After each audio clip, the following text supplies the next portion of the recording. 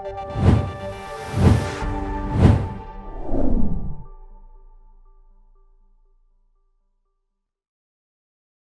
pessoal, muito boa tarde. Sejam bem-vindos aí a mais um fechamento, mais um closing call dia 18 de fevereiro. Mercados aí seguem bastante voláteis e muita coisa para a gente falar, tá? Pessoal, tradicionalmente aí a gente gosta de dar um panorama macro e também dar um giro nas bolsas antes de a gente voltar para olhar os gráficos, tá? Então, assim, o dia novamente ditado pelo humor entre Ucrânia e Rússia. Então a gente teve um dia de volatilidade, as bolsas estavam operando ali mistas, e depois que teve essa notícia de um arrefecimento aí, desculpa, de uma piora nas tensões entre OTAN e Rússia, a gente teve as bolsas aí realizando, tá? Então o S&P cai 0,7, Dow Jones 0,7, Nasdaq 1,23, tá? E a gente teve commodities, né, tendo aí uma alta. A gente teve o Brent subindo quase aproximadamente $94, e o ouro, que estava caindo bastante, voltou a se recuperar numa forma de hedge, né? Um hedge geopolítico, um hedge contra a inflação, e tivemos um dia bastante duro também para as criptomoedas, que a gente vai falar um pouco mais, que estão num suportes bastante relevantes, tá?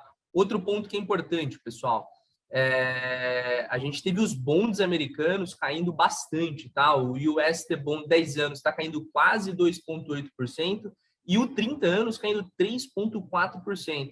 Lembrando que no eventual guerra, tá? Estava até discutindo internamente isso aqui com o Jaime, meu sócio, a respeito de como que os Estados Unidos conseguiria manter o seu financiamento, né? Principalmente aí no momento que eles poderiam ter que acelerar de forma bastante intensa o seu endividamento, né? Hoje o déficit americano está rodando na casa de 10%, que é muito relevante.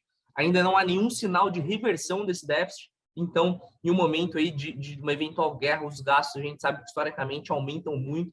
E isso coloca uma pressão enorme no Tesouro Americano, e a gente viu esse movimento de alta no ouro funcionando como um hedge à inflação, um hedge, né, de guerra e um hedge geopolítico, tá? Pessoal, falamos então um pouco de macro, como eu disse para vocês. Fiquem ligados no noticiário Rússia e OTAN. É isso que está ditando o humor, e tenham muito bem desenhado o trade system para vocês terem alvos muito bem definidos. Então, a gente olha aqui o S&P 500, reparem que aquela fibra do diário, ela tá de pé, tá, pessoal? Essa fibra do diário, ela foi bem assertiva. Reparem ali como bateu nos 50%, a gente testou 38,2 e agora o próximo alvo de venda deveria ser a mínima, né? Que é a mínima da última pernada de baixo, que é próximo ali dos 4.100 pontos, tá? Então, para baixo a gente tem isso de alvo, para cima, né? Teria que brigar por 38,2 com a 50% de FIBO e depois o 61,8. Reparem que as médias estão todas embicadas para baixo, né? Nós temos aqui em amarelo, que é a média de 50 embicando para baixo. A gente tem a média de 20 também bastante empinada para baixo, e a de 200 aqui, que era um suporte relevante, né? Também perdemos. Reparem que a gente tem um IFR trabalhando próximo de uma área de sobrevenda, tá? E aí é bem interessante para quem gosta de usar o IFR.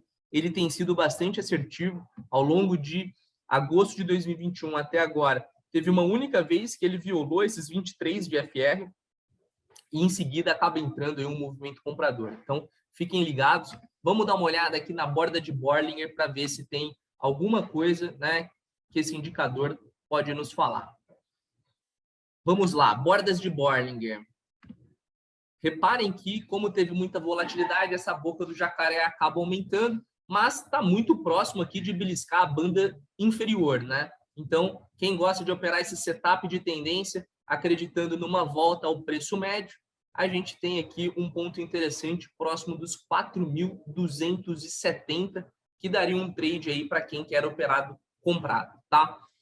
Beleza, esse é o diário, né, pessoal? No H4, que é um frame um pouco mais curto, a gente tem um cenário um pouco diferente, né? A gente traçou uma fibra mais curta para vocês, e aí, olha que coisa mais linda essa fibra, né? Uma fibra respeitando, né? Apesar de ter violado ali, acabou subindo um pouco esse candle e teve agora um candle de reversão, tá? Vamos ver se ele consegue ganhar pelo menos do último candle, que poderia ser um pullback para voltar nessa subida. Como eu disse para vocês, né, o humor entre Rússia e OTAN é o que está ditando, mas falando de análise técnica aqui, para quem quiser operar comprado, né, esse stop tem que ser abaixo pelo menos desse penúltimo candle, e aí quem estiver operando vendido, um ponto interessante é esses 4.280 pontos, que é uma resistência, um suporte muito relevante, tá? A operação poderia ser encerrada ali, onde a gente deve encontrar uma briga entre compradores e vendedores. Nós traçamos com vocês também de manhã o IFR aqui, tá? Reparem que desde 18 de janeiro de 2022 nós tivemos um IFR que funcionou muito bem, né? Foi uma baita ferramenta aí para o trader do intraday, e reparem que está ficando próximo ali dos 17. Isso daqui é uma região de sobrevenda que poderia dar uma respirada e o gráfico voltar, né, a virar comprador. Então, assim, não está bonito para os comprados, nenhum frame aqui, né, nem no diário, nem na H4, no semanal também acabou perdendo aquele canalzinho. Vamos dar uma olhada aí se arrefecer essa briga entre Estados Unidos e Rússia, podemos ter uma boa respirada na Bolsa Americana. Reparem, tá? Não estava muito no script, mas só para vocês darem uma olhada, quanto que a Nasdaq, né, o US Tech Daily aqui, 500, tem para nos falar. Novamente, como esse suporte, né, ele está sendo muito relevante dos 13.900, dos 14.000. Muito legal ver a assertividade aqui com vocês, o quanto que está funcionando a análise técnica, né? Então, quem quer comprar, stopzinho abaixo da mínima, quem quiser vender, é um ponto interessante, né, para você fazer uma parcial ou até mesmo sair do trade. De olho no IFR. Quando a gente olha as criptomoedas, né, pessoal, vamos dar uma olhada no diário, tá? A gente traçou aquele FIBO, a gente traçou esse caixote com vocês.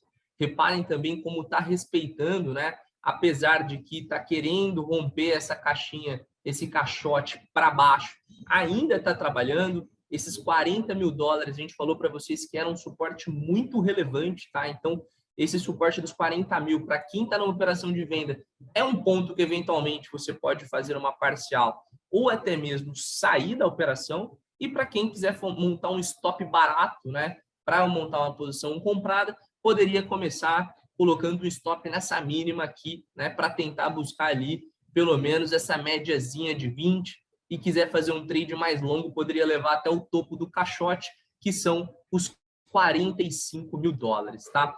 Vamos ficar de olho no IFR, tá? O IFR tinha uma tendência de alta, acabou violando essa linha de tendência de alta. Vamos ver até onde que vem, né, essa força vendedora, tá? E do lado da venda, o que é interessante a gente olhar que desde agosto de 2021, nós temos aqui, né, o IFR também respeitando demais os 19. Então, chegou próximo dos 19, a gente vê que entra uma força compradora. Então, outro ponto aqui para a gente ficar bastante ligado, que pode auxiliar o trader aí no intraday, tá bom? Beleza, falamos então de S&P 500, passamos rapidamente pela Nasdaq, olhando o Bitcoin, e agora vamos dar uma olhada no Bitcoin H4, tá? A gente traz aquele fibozinho para vocês, de novo, né? Que bonito que tá essa fibo, respeitando a mínima, né, que a gente traçou, que é justamente esse suporte dos 40 mil dólares, tá?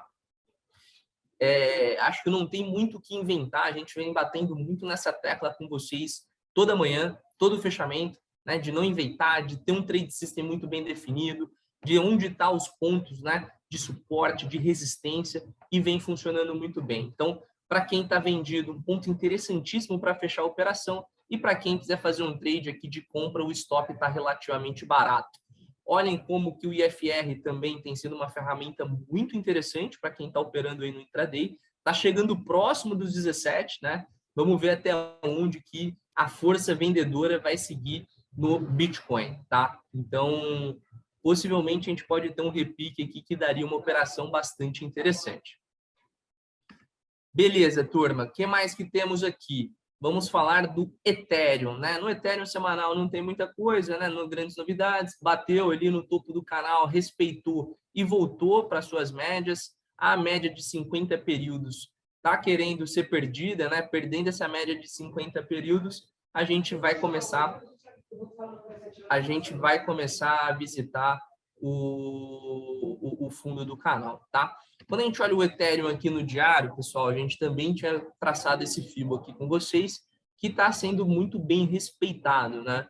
A gente tem ali o 38,2 que está segurando esses $2.800 aqui também, é um ponto muito interessante. De novo, para quem está vendido, um ponto de parcial ou um ponto de fechar a operação, colocar o lucro no bolso. E para quem está querendo montar uma operação de compra, stop ali na mínima da FIBO, né? Então, stopzinho um pouco mais caro, mas um stop técnico, tá? O IFR não está nos dizendo grande coisa, né? Igual que a gente traçou no começo do dia aqui, estava um pouco meio sem direção, aconteceu um movimento um pouco mais vendedor, mas ainda está longe da área de sobrevenda. Ponto importante para quem gosta do IFR é acompanhar aqui os 15 e 16, que pode dar um movimento de repique para os compradores, tá? Outro ponto, pessoal, o Ethereum na H4, tá? A FIBO foi violada, né? A gente perde a mínima aqui que a gente tinha desenhado com vocês, mostrando aí o tanto que a força vendedora, olha, dá uma olhada no IFR, né? A gente vinha desde 7 de fevereiro com topos descendentes, né? A gente tentou namorar aqui, furar essa LTB, né? Essa linha de tendência de baixo, não tivemos sucesso e o preço voltou a trabalhar dentro de uma área de sobrevenda, tá, turma? Então, assim, o IFR está numa área muito interessante para quem gosta de operar, mas lembrando que é importante acompanhar que lá em 21 de janeiro nós tivemos aí uma força vendedora muito, muito forte. E aí acabou trabalhando aqui em cima. O lado interessante para quem quiser montar uma posição de compra, né? O stop está relativamente barato, tá, turma? Então, apesar da FIBO ter sido violada, esses 2.765 é um ponto muito interessante, né?